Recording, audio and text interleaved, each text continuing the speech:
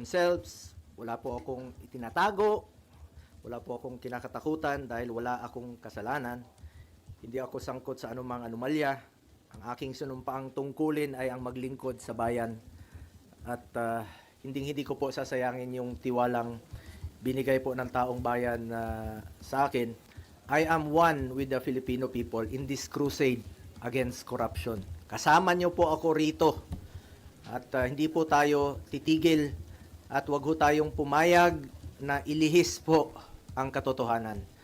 Kasi pag nailihis po ang katotohanan, magulo po yan. Magkakagulo po pag inilihis po ang katotohanan. Tumbukin niyo po yung dapat tumbukin. Hanapin niyo po yung dapat hanapin. Yun talagang mga totoong buhaya. Yung mastermind talaga. Bakit i-atras ngayon? With all due respect to the Ombudsman, sinusuportahan po natin lahat ng investigasyon. At isa po ang aking masasabi, I do not know the Discayas. Hindi ko po kilala. In fact, nung hearing, nung mga nakarambuan dito sa Senado, tinanong ko sila, ang mga Diskaya. Tinanong ko sila, meron ba kayong joint venture with the CLTG? Yes. Tapos na ba? They answered yes. Napapakinabangan na ba? Yes. So, nagkaroon po ako ng interest din bilang isang senador at miyembro po ng Blue Ribbon na kung may pagkukulang, pagkakamali, kung anomalous o substandard, panagutin niyo, sinabi ko doon. Ako mismo ang willing po akong kasuhan natin yung mga dapat kasuhan, kahit kamag-anak ko. I'm willing to be the complainant kung talagang meron silang pagkukulang. At may pagkukulang ang Diskaya, kasuhan nyo. Wala po akong pakialam. Gusto ko accountability. At I'm urging the Diskayas and lahat ng witnesses, please lang, sabihin niyo yung totoo. Huwag ko kayong pumayag na ilihis po yung katotohanan. Kawawa yung Pilipino. Kawawa yung Pilipino. Tumbukin natin ang yung katotohanan. The truth lang po. Yun naman po ang pakiusap ko sa inyo. Na tumbukin po natin ang katotohanan. Mula noon hanggang ngayon, ang pinanghahawakan ko po ang delikadesa. I observe delikadesa in my whole life. Bilang isang probinsyano na taga Mindanao, Tanggenyong Bisaya, pangalan ko lang po ang aking pinanghahawakan at hindi ko sasayangin yung tiwala at boto na binigay po ng taong bayan. Ginawa niyo akong number 1. Hindi ko sasayangin yon. Tiwalang binigay niyo po sa akin. At serbisyo lang po ako. Yan po ang kailangan ng taong bayan ngayon. Makatrabaho na tayo at makapagserbisyo po tayo sa ating mga kababayan. Alam niyo, marami pong nabanggit nung hearing. Ang daming mga pangalan, tinutumbok na eh. Daming mga pangalan, di ba? Dami ng mga nakikita, lumalabas sa mga pangalan. Ilan kongresista, ilang mga opisyales, tinutumbok na. Sana naman, ituloy nyo na. Yun po ang gusto nating malaman. Ulitin ko, I am one with the Filipino people na alamin yung katotohanan. Tumbukin natin kung sino yung may kasalanan. Yung flood control ang issue dito. Yung ghost projects ang issue dito. Yung mga substandard projects ang issue dito. Mga anomalous projects ang issue dito. Panagutin natin ang dapat managot. Huwag tayong lumihis. Ano to? May cover up? Ano to? Para ilihis yung atensyon sa totoong may kasalanan? Totoo lamang po.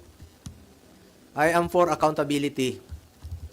Dapat panagutin po ang dapat managot. Please lang, nakikiusap po ako, let's make those responsible. Let's make them accountable for all this mess. Panagutin po natin ang dapat panagutin. Balikan ko lang po yung sa Senado. Dami na pong na-mention. Dami pong na-mention about the Discayas. Umabot na nga tayo sa Ilocos Norte na mayroong proyekto doon. Umabot na sa NBI, may proyekto ang Discayas. Iyan ang maaaring naging negosyo nila, makipag-joint venture, magpagamit po ng lisensya. Kung may kasalanan, panagutin nyo po. Panagutin nyo. Panagutin po natin. Hindi ko po kilala mga Diskaya. Wala po akong kinalaman sa kanila at wala po akong pakialam sa mga Diskaya. Kasuhan nyo. Eh kung kamag-anak ko kasama dyan, nag-joint venture sila, noong 2017, umatras na nga eh. Hindi pa nagutin natin. I'm willing to be the complainant. Anong problema doon? Willing po ako na isa ako sa magiging complainant. Huwag niyo po ipahid sa akin ang dumi para kayo ang pumuti. Huwag naman pong ganun.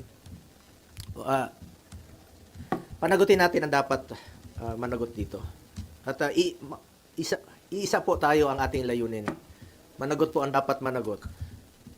Ang dami na po nabanggit na kasama ng Diskaya, joint venture ng Diskaya. Yun ang imbestigahan. I am one with ICI. Secretary Vince ng DILG, I'm one with you. I'm one with the Ombudsman. Panagutin yan dapat panagutin. Kilala po ako ni Secretary Vince noon paano ako magtrabaho. At hindi po ako nakikialam bilang isang public servant. Noon, government employee, 2001, 1998 pa po sa congressional office ni former President, former Congressman, former Mayor Rodrigo Duterte. Nang naging mayor siya, isa lang po ang pinakiusap ko noon. Sabi ko, pag pumasok yung kamag-anak ko sa government transaction sa City Hall, I will resign. Pag pumasok sila sa Malacanang noon, I will resign. Dahil I observed delikadesa. Pinapili ko noon. Pumasok kayo, alis ako. Yan lang po ang puhunan ko rito. Ulitin ko, delikadesa. Hindi ko po kontrolado ang negosyo ng sino mang kamag-anak ko. Ilang beses na po ako naging issue ito, 2018, bago mag-eleksyon, naging issue. Bago mag-eleksyon ng 2022, hindi naman ako tumakbo, naging issue ng 2021. Bago nag-eleksyon, 2025, kinasuhan ako ng 2024. Mapigilan mo bang may negosyo sila? May mga negosyo po, kahit sino sa atin, may mga negosyo po ang pamilya natin. Wala pa ako sa mundong ito, may negosyo na po ang pamilya ko. Ang tanong po dyan, nakialam ba ako, binigyan ko ba ng pabor ang aking kamag-anak? Hindi. Nakinabang ba ako sa negosyo nila? Hindi. Because I observed delikadesa. At hindi ko po babaguhin yang aking prinsipyo, yung delikadesa po. Kung may kasalanan sila, hindi ko naman mabigyan ng negosyo. Kung anong mga negosyo pinasukan nila, uso po yung name dropping. Kahit sino nun, ilang beses ko nang sinabi rito sa hearing, pag ginamit yung pangalan namin ni former President Duterte, consider it denied. Kasi marami pong mga nag-name drop, nakakilala, magpa-picture na ganito. Walang katapusan po yan na issue. Habang nandito po kami sa gobyerno, walang katapusang issue po yan na gagawin sa amin. Kaya ako, inunahan ko na lang po. Meron silang nagsasabi na may magpa-file na naman next week ng kaso, katulad nung kinaso last year, kaso against itong sa pamilya ko na naman. Mapili ko ba yung kamag-anak ko? Kung pwede lang pumili ng kamag-anak, papalitan ko yung kamag-anak ko. Makapili ba tayo ng kamag-anak? Siguro hindi po titigil ito unless na lang palitan ko yung kamag-anak ko. Or, kunin ng Panginoon yung kamag-anak ko, yung tatay ko. Hindi po ako papayag na manghihimasok po sila sa trabaho ko. Ako po ay isang senador, hindi po ako negosyante, hindi po ako kontraktor. Tatrabaho lang po ako para sa Pilipino. Ngunit ang issue po rito ngayon ay sana po huwag malihis po yung katotohanan. Magulo po yan pag ililihis nila yung katotohanan. Nag-aantay po ang sambayan ng Pilipino. Hindi ko kilala yung Diskaya at let me repeat, hindi po ako nakikipag-usap ng any government contracts o government transaction. Nung naging senador po ako, naging SAP po ako noon, maraming lumalapit, humingi ng tulong lang po ako sa kanila. I'm the most accommodating person, sa totoo lamang po, sa panahon ni Pangulong Duterte. Pero hindi po ako humingi ng kapalit. Sinasabi ko lang, gawin nyo lang yung tama. Just do what is right. Lalong-lalo na po sa mga natulungan ng mga nasa gobyerno po. Hindi natin maiwasan, uso yung mga name dropper, walang katapusan, gagamitin yung pangalan mo. Ulitin ko lang po, kung may pagkakamali o pagkukulang man ang kamag-anak ko, ako na po mismo ang magpapakaso at magpapakulong po sa kanila. And it would be very unfair on my part na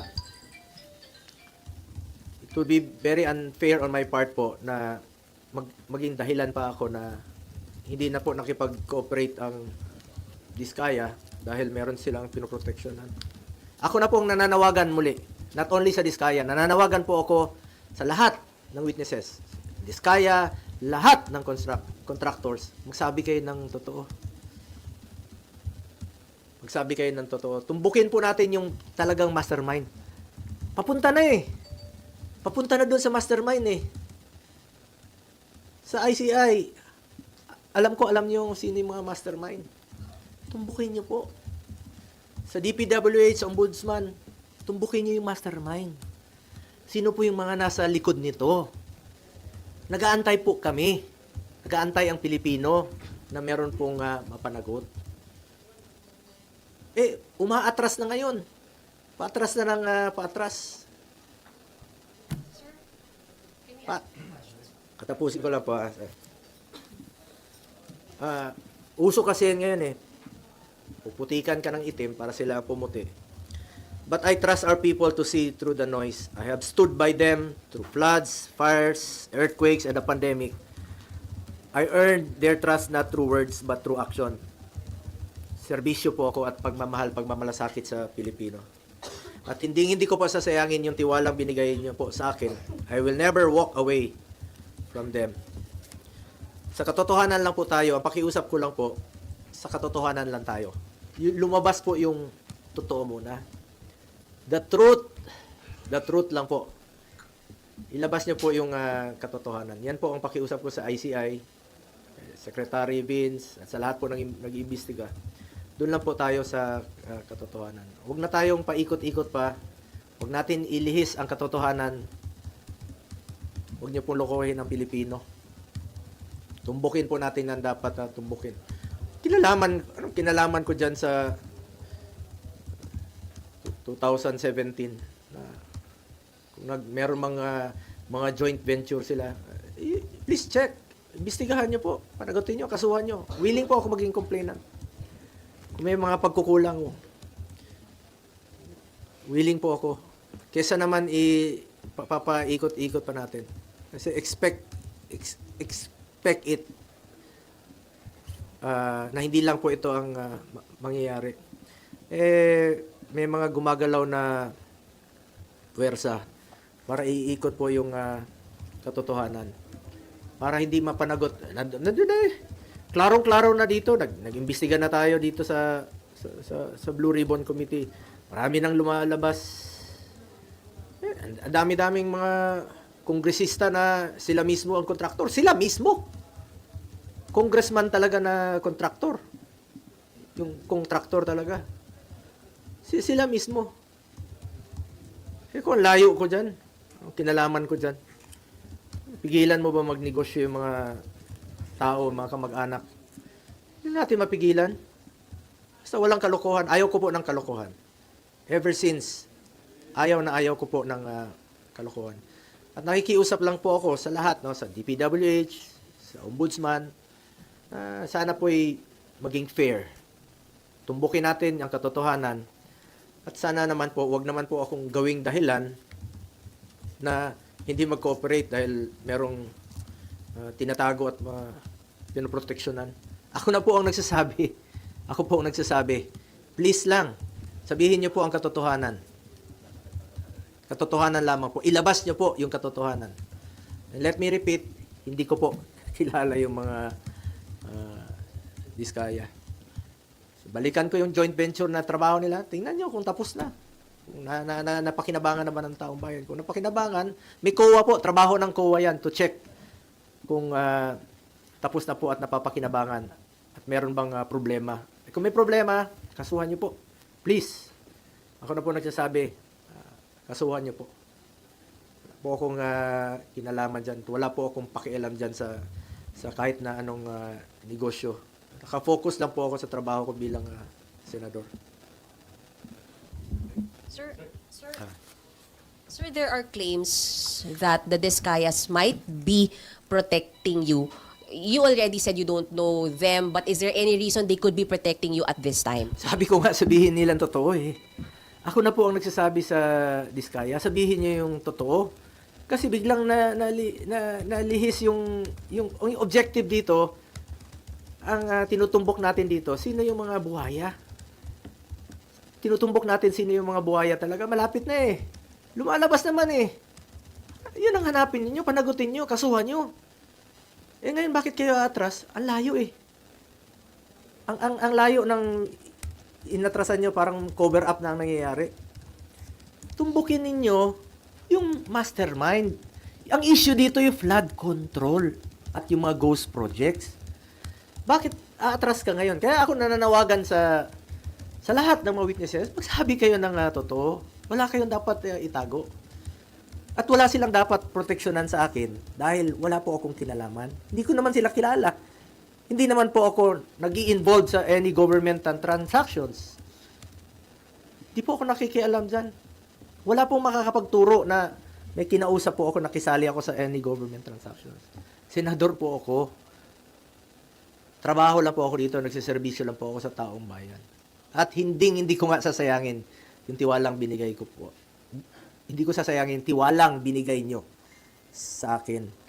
Mas problema tayo ngayon, mas gugulo ang bayan pag ilihis nyo po ang katotohanan. Marami pong nag-aantay sa ngayon. Malaman yung katotohanan at matumbok ang may kasalanan at may pananagutan dito sa mga ghost project, dito sa mga flood control projects po. But sir, would you be willing to cooperate with DPWH, Ombudsman, ICI with the investigation Sabi ko nga, po? willing pa akong maging complainant eh. I'm willing na maging complainant kung meron pong may kasalanan dito. Sabi ko, kahit kamag-anak ko, I don't care. Kung may kasalanan sila, kasuhan sila, ako pa maging complainant. Pag may pagkukulang sila, substandard, pagkukulang, panagutin sila.